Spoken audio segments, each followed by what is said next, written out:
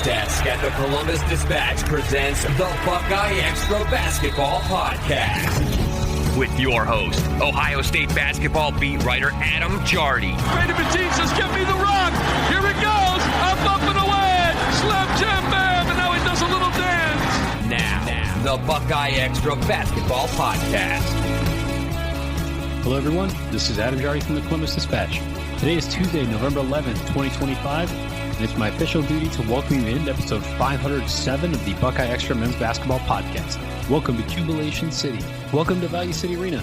I'm here a little bit removed, a couple hours removed from Ohio State's third game of the regular season. Final score earlier today, Ohio State 75, Appalachian State 53. Buckeyes improved to 3-0 on a night where the offense was a little bit hard to come by for a little while, and then things changed somewhat rapidly. So we'll get into the weeds of all that here in a moment. Ohio State 3-0 now after this win. Appy State drops to 2-2. The Buckeyes actually trailed for 16 minutes and 57 seconds in this game. You could feel the unease building inside the arena as Ohio State continued to fire up missed shot after missed shot, and Appy State was kind of feeling itself a little bit early on, and then things changed. But Ohio State in this game was shorthanded. Buckeyes were without Devin Royal as he is dealing with a hip injury that limited him against Purdue Fort Wayne and then held him out of this game. We'll see ultimately what that means for his availability on Sunday against Notre Dame. Ohio State was also somewhat limited. John Mobley Jr., questionable on the injury report leading into the game.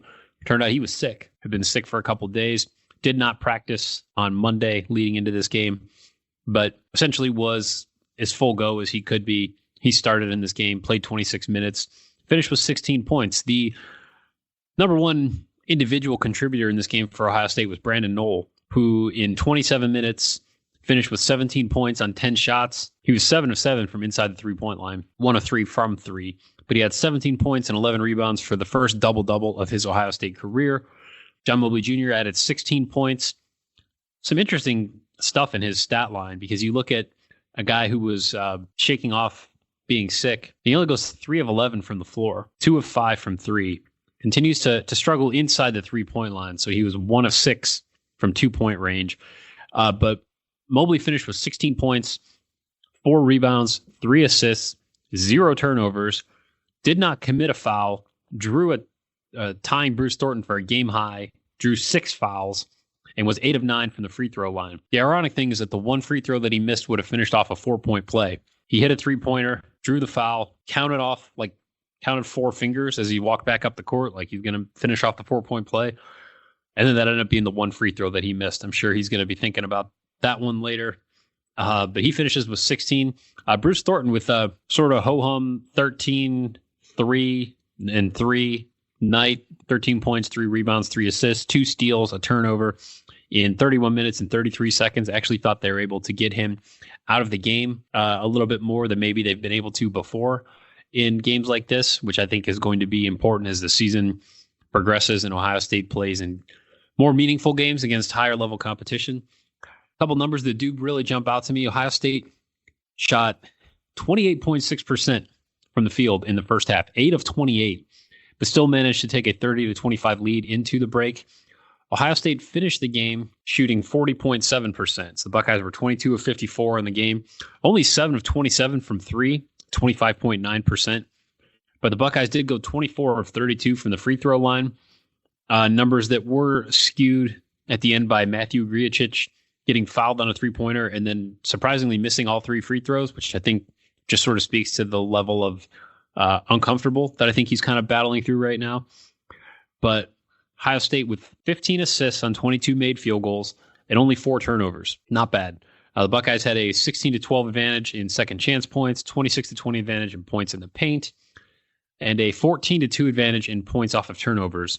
Ohio State would lead by as many as 28 points and wins this one by 22 to improve to 3-0 before hosting Notre Dame this weekend. So I got a couple of thoughts on this game.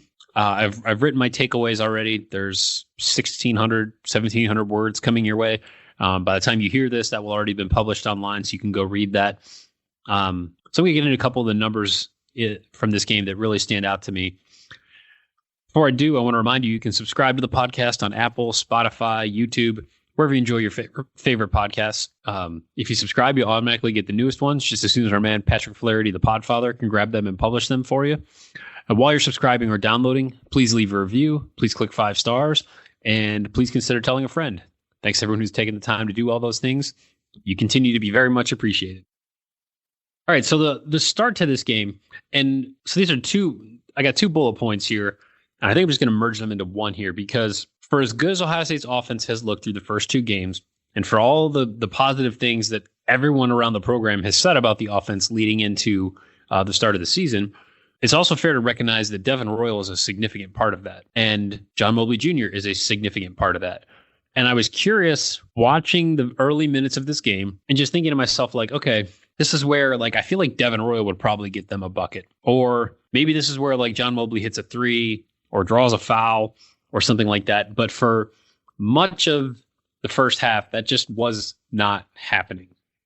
And when Appalachian State took a 22-10 lead on a 3-pointer from Andren Jock, who finished with 8 points, 6 rebounds, and 24 minutes off the bench. But he hit a 3-pointer, and Appalachian State called timeout, which in hindsight probably I thought it was interesting at the time. But like sometimes you're playing really well, but you also know that you need a break.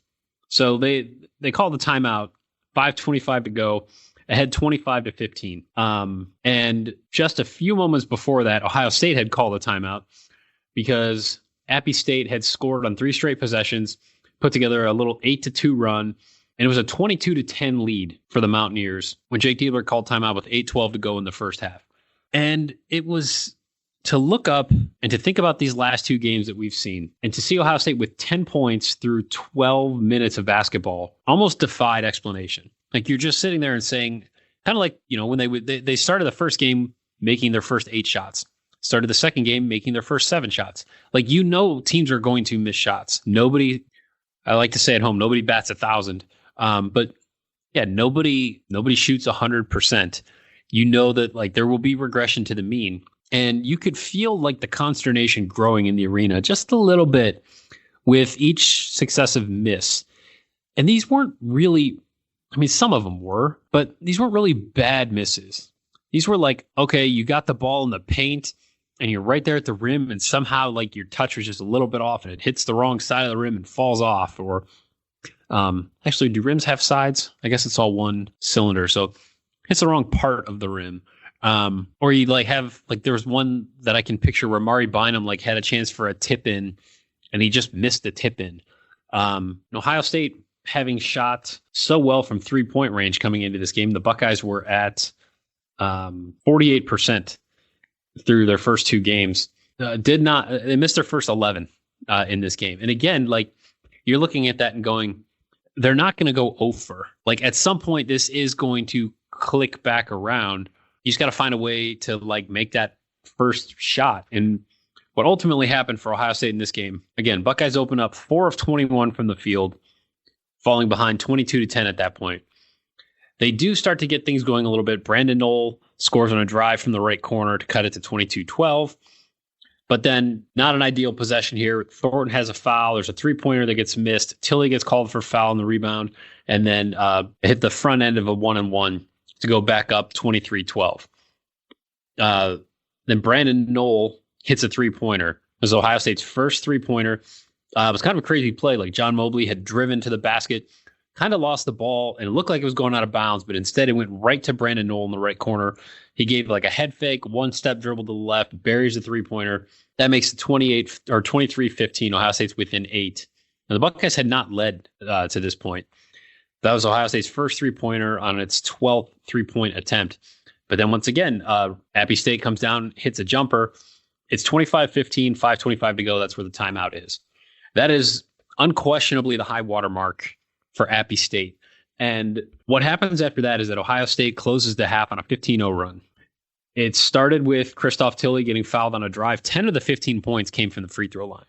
Ohio State started to just use its physical mismatches to draw contact, get to the line, and then connect. I say even though Ohio State did finish at 75% from the free throw line, The Buckeyes came into the game shooting 78.8% from the line, but Ohio State, in ultimately squeezing out a 30-25 win at halftime, the Buckeyes were 12 of 13 from the free throw line, 92.3%. And then Ohio State was 12 of 19 in the second half, but 5 of those misses came late. Tayson Chapman missed a pair, and then Grijic came up empty on 3. But you look at Ohio State struggling offensively, not seeing anything go down, and down 10 with 5.5 to go at home against Appy State. Well, Christoph Tilley gets fouled on a drive. He hits 2 free throws to cut it to 8. Gabe Cupps gets fouled on a drive, and he hits both ends of the 1-and-1. So it's 25-19 now with 4:28 to go. Then an impactful possession here where Colin White, who replaced Devin Royal in the starting lineup, and we'll talk about him in a minute, but he deflected a pass out of bounds with 17 seconds on the shot clock, and then forced Appy State's leading scorer, pretty good player, Kaysen Jennings. We finished with 12 on 17 shots, but he came in. They're a team that just rolls through guys. Like, he led the team in scoring through their first 3 games at 18.7 points. And then their next leading scorers were at 9.3, 9.0, 8.7, 8.0, 6.7, 5.7, 5. By committee. And they can, in a lot of situations, just kind of roll guys in and get the same type of level of production. But so I didn't necessarily like the matchup of Colin White on their leading scorer because Colin is still kind of making his way back from injury, but he forced to travel. It was a really big momentum moment. He was fired up, took us into the under 4 media timeout. Gabe Cupps misses a 3 on the first possession after that shot clock, or after that timeout, but then Ohio State forces a shot clock violation, and it was Colin White who was the defender that forced the last second heave that came up empty. So then Ohio State has the ball down 25-19. Brandon Knoll misses a 3. Colin White draws a foul. Now, he misses the front end of a 1-and-1, but he comes up with his own rebound. Feeds it to Mobley, who hits a jumper. Ohio State's within 4. Thornton comes up with a block on the drive, and then Mobley is fouled on the break. He hits 2 free throws. Ohio State's down 2. Thornton gets called for a foul, but Appy State misses the front end of a free throw of 1-and-1. And then another possession where Ohio State extends it. Christoph Tilley gets an offensive rebound after a John Mobley 3-pointer miss. Mobley ends up getting fouled. He hits 2 free throws. It's tied at 25. This is the first time Ohio State's been tied since it was 2-2. Ohio State forces a turnover.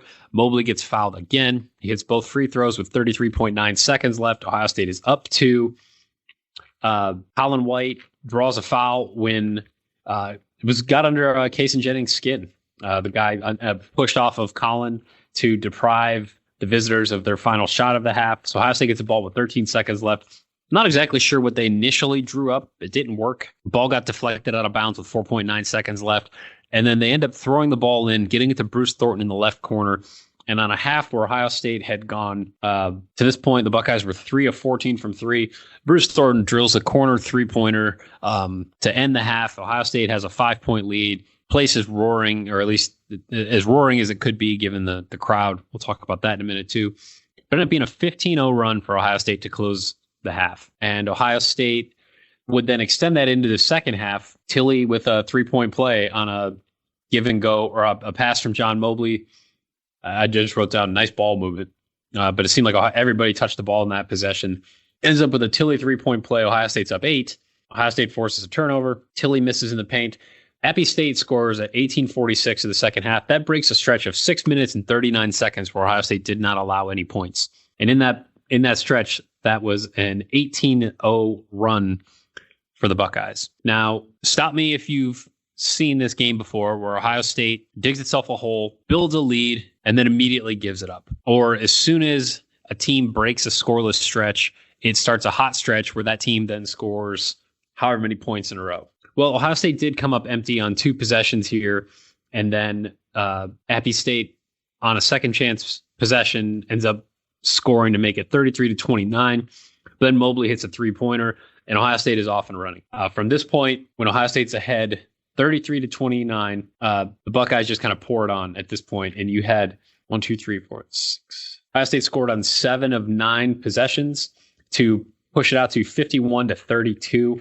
And you saw, this is where like you really just saw the Ohio State offense do the things that the Ohio State offense has done. Ohio State would eventually push it to 57-32 on another kind of crazy possession where Mobley missed a drive, like a floater at the rim, and ended up on his back. There was some contact, nothing's called. He's on his back in the paint. The ball falls to him somehow. He ends up getting fouled. He goes to the line. He hits 2 free throws with 9:23 to go. It was a 16-0 run for Ohio State here.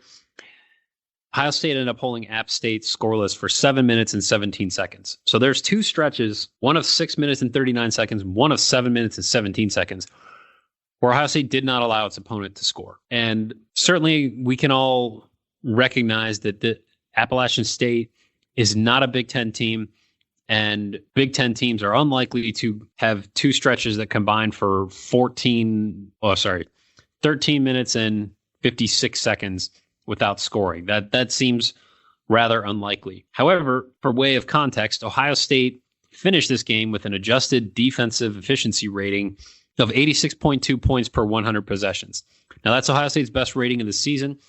All 3 games for the Buckeyes have improved in that regard. 118.8 against IU Indy, 93.6 against Purdue Fort Wayne, and now 86.2 in this game against the Mountaineers. So that 86.2 rating, if you go back to last season, and we can call a spade, Ohio State's defense was not great last season either. The Buckeyes finished 50th in adjusted defensive efficiency, but they're at 85th right now. And again, it's early, but Ohio State's defensive efficiency rating in this game would have been its 4th best defensive performance of last season. I think that's of note, because certainly the biggest thing that we have wondered about this team is its defensive capabilities. And I think it remains fair to wonder what that will ultimately look like. But one of the things that Jake Diebler said post-game, one of the things he even said leading into the game that I think is worth noting, is that he has been impressed with how this team has been able to take things that they have worked on in practice and things they've gone over in scouting and then execute them and translate them to game action. Doesn't mean they've been perfect, and they've clearly been far from it. They're still, they're not going to go super far with the adjusted defensive efficiency rating that's 85th nationally. Like, they're just not.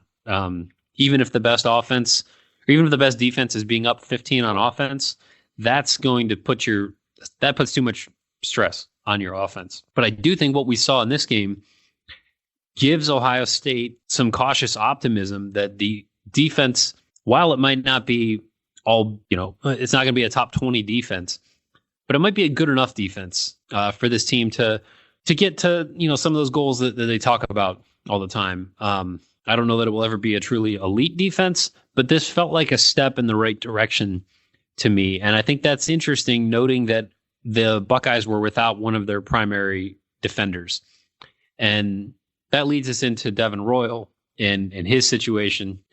So when I asked Jake about Devin, and honestly about Junie, my thought was more on the offensive end, because like I said, in that early going when they couldn't seem to make anything fall, I just thought, like, one thing that Ohio State could lean on heavily last year, to the extent that it could lean heavily on anything, was that Devin Royal could usually go get him a bucket. And you could get him the ball on the perimeter, you back somebody down, you give him the ball on the block, he could score.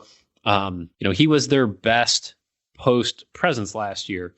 And on a night where Christoph Tilley struggled from 3, Tilley was 2 of 9 from the floor, 0 of 6 from 3. Now, he did have 4 assists and no turnovers, drew 4 fouls. He was 5 of 5 from the line. Like, you're going to take all that stuff from your 7-foot big man.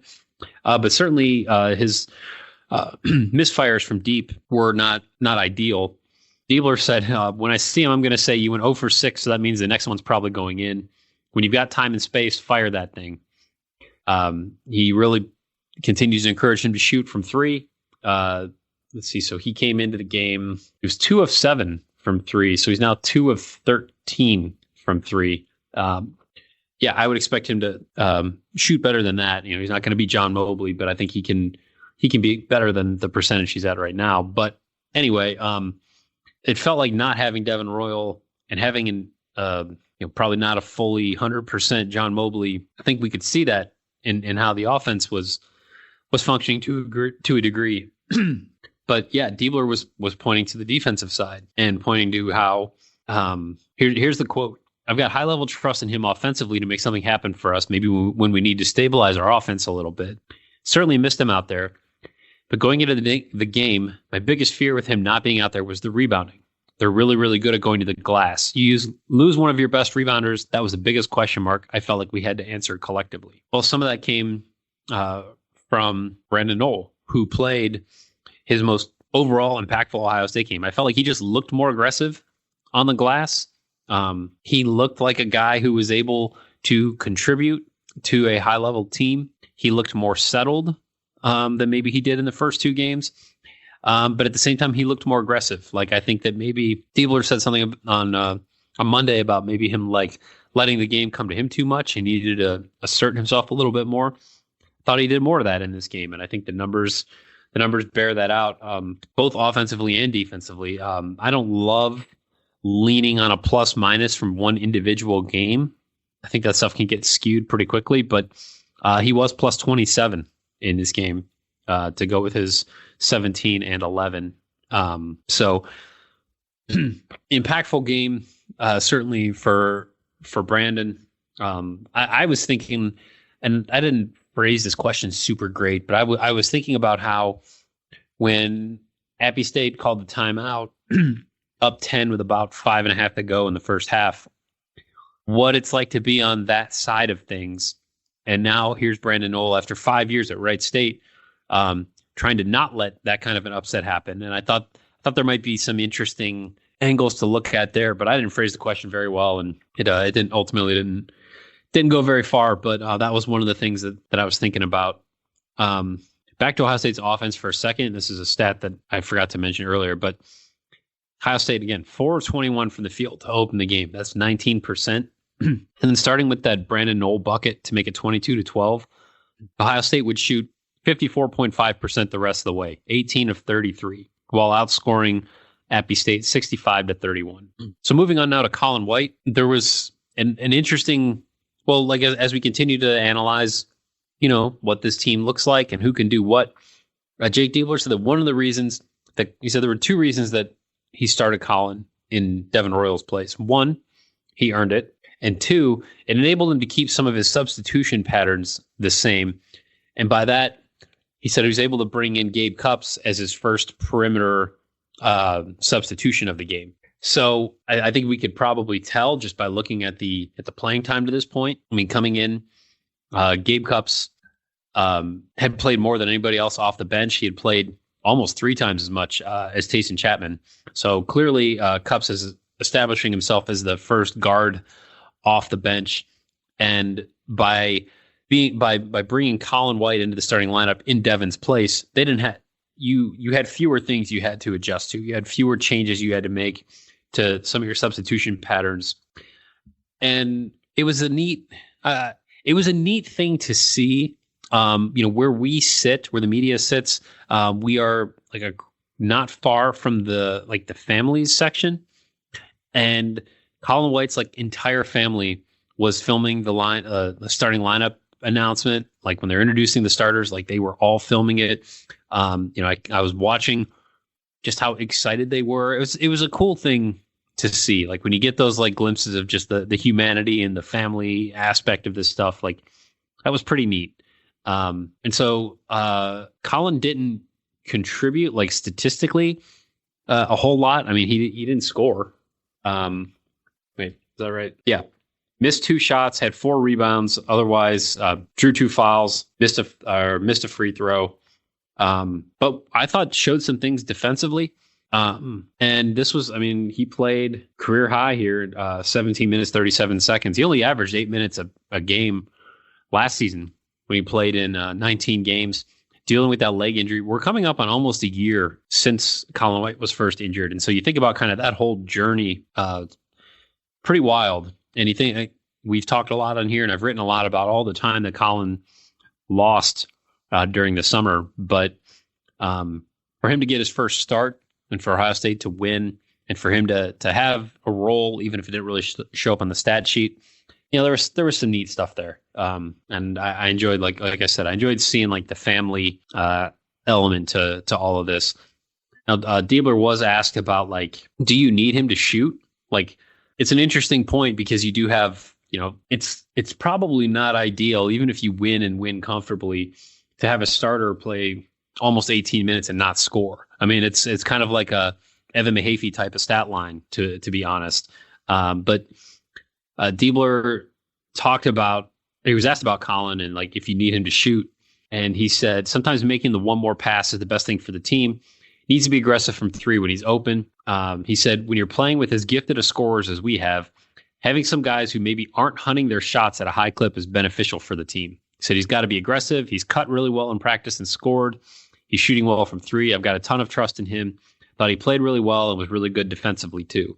One of the other points that I was thinking about as I was trying to plan this out here was that I haven't been overly impressed through the early going with Ohio State's bench. The Buckeyes haven't really gotten a ton of production. We've seen kind of some flashes here and there. And I feel like right now, I think it's pretty clear that Gabe Cupps, Amari Bynum, Colin White, those are the three top options off the bench. After that, we've seen some Ivan Yagovin. I thought we might see him and Tilly together today.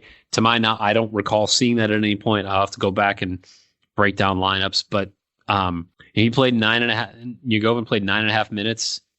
He had 4 points, but 3 fouls and a turnover. Didn't look super comfortable out there. Tayson Chapman, 13 minutes. He had 4 fouls. Now, at least one of them was not a foul, but did, like I said, 4 fouls, missed 2 free throws. He hit a 3, looked good doing it. He had 3 assists and 1 turnover. And Amari Bynum continues, like, you can see the potential there. He had 8 points, 2 boards, and a turnover in this game. But I need to see, like, the depth for Ohio State. I think there's still plenty of time for it to get there. It's just not quite there yet. And that was actually something when we talked to Jake Diebler on Monday. He was asked about the bench, and he pointed out that they've got an inexperience. He said, I think a lot of talent. I think a lot of guys who are going to get better quickly. But you have 2 freshmen, a redshirt sophomore who really hasn't played, Yvonne, who had limited minutes last year, Gabe, who's coming off an injury, Colin, who had limited minutes last year. He said, inexperienced right now, but we've got a great level of belief in those guys. As they continue to get better and improve, I see a lot of potential there, certainly. So still kind of a work in progress there. But it's not hard for me to envision, like, an 8-man rotation. And then you are kind of going between Tayson Chapman and Ivan Yagovin as maybe that 9th guy in the rotation. And we'll see where Matthew Griachich gets as the season goes on. Again, everything seems to be moving fast for him right now. But we all saw the potential there this summer when we watched him in the Eurobasket tournament. So I think that pretty much wraps up, like, we could really wax poetic for really crazy long amount of time about a 22-point win against the team that Ohio State was supposed to win against. I think that pretty much sums up kind of what we learned. Other thing that I guess I didn't put this in the takeaways, and maybe this is like a separate story to get to. But Jake Diebler did talk about, with this being Veterans Day, that he had the team read a book this summer called Make Your Bed. He said, we went chapter by chapter as a team. We talked about it before the game today. It is written by Admiral William McRaven. I guess he gave a really impactful speech at the University of Texas. He said it was a book that Ohio State President Ted Carter had recommended to him, introduced him to that author. He said the chapter we talked about in the book, they referenced carrying a raft, and it takes everybody. When someone is sick or injured, which we faced, guys have to hold on tighter or stronger, help that sick or injured guy, carry what you're missing. It just seemed to apply in every way to tonight's game. He said they've referenced that book multiple times since they finished it, and he's been really beneficial to them. So I just thought that was an interesting little bit behind the scenes there about playing this game on Veterans Day and how Ohio State tried to incorporate that into what the Buckeyes were doing. Now, 3 other things that we need to just briefly cover here.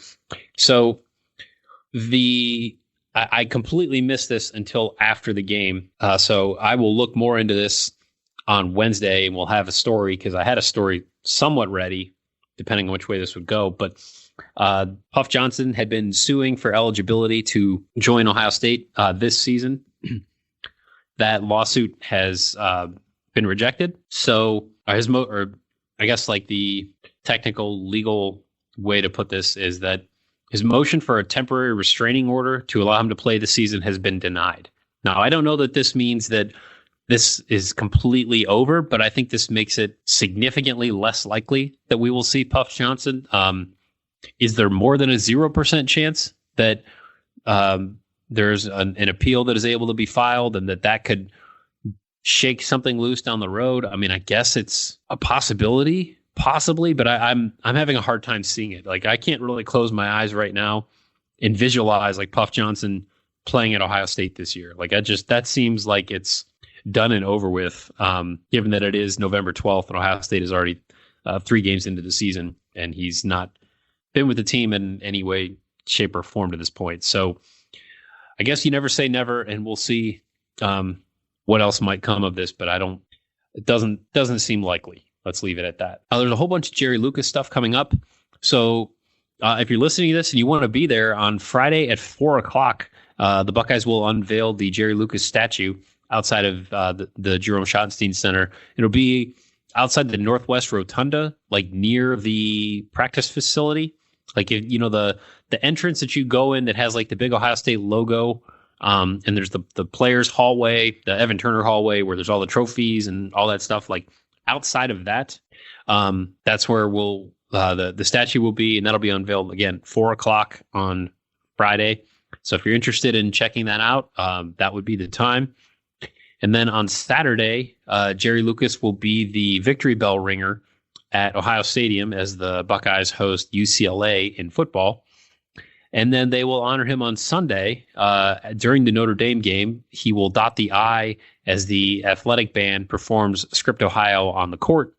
And then they'll play the Notre Dame game. So a lot of Jerry Lucas stuff coming up. We'll have full coverage for you on kind of how that all unfolds, but definitely want to put that on your radar because obviously he's an incredible player and means a lot to Ohio State. So that's all coming up here later this week. And then it's actually because it's now Wednesday, the early signing period has begun. Today is the start of the early signing period. It runs for a week.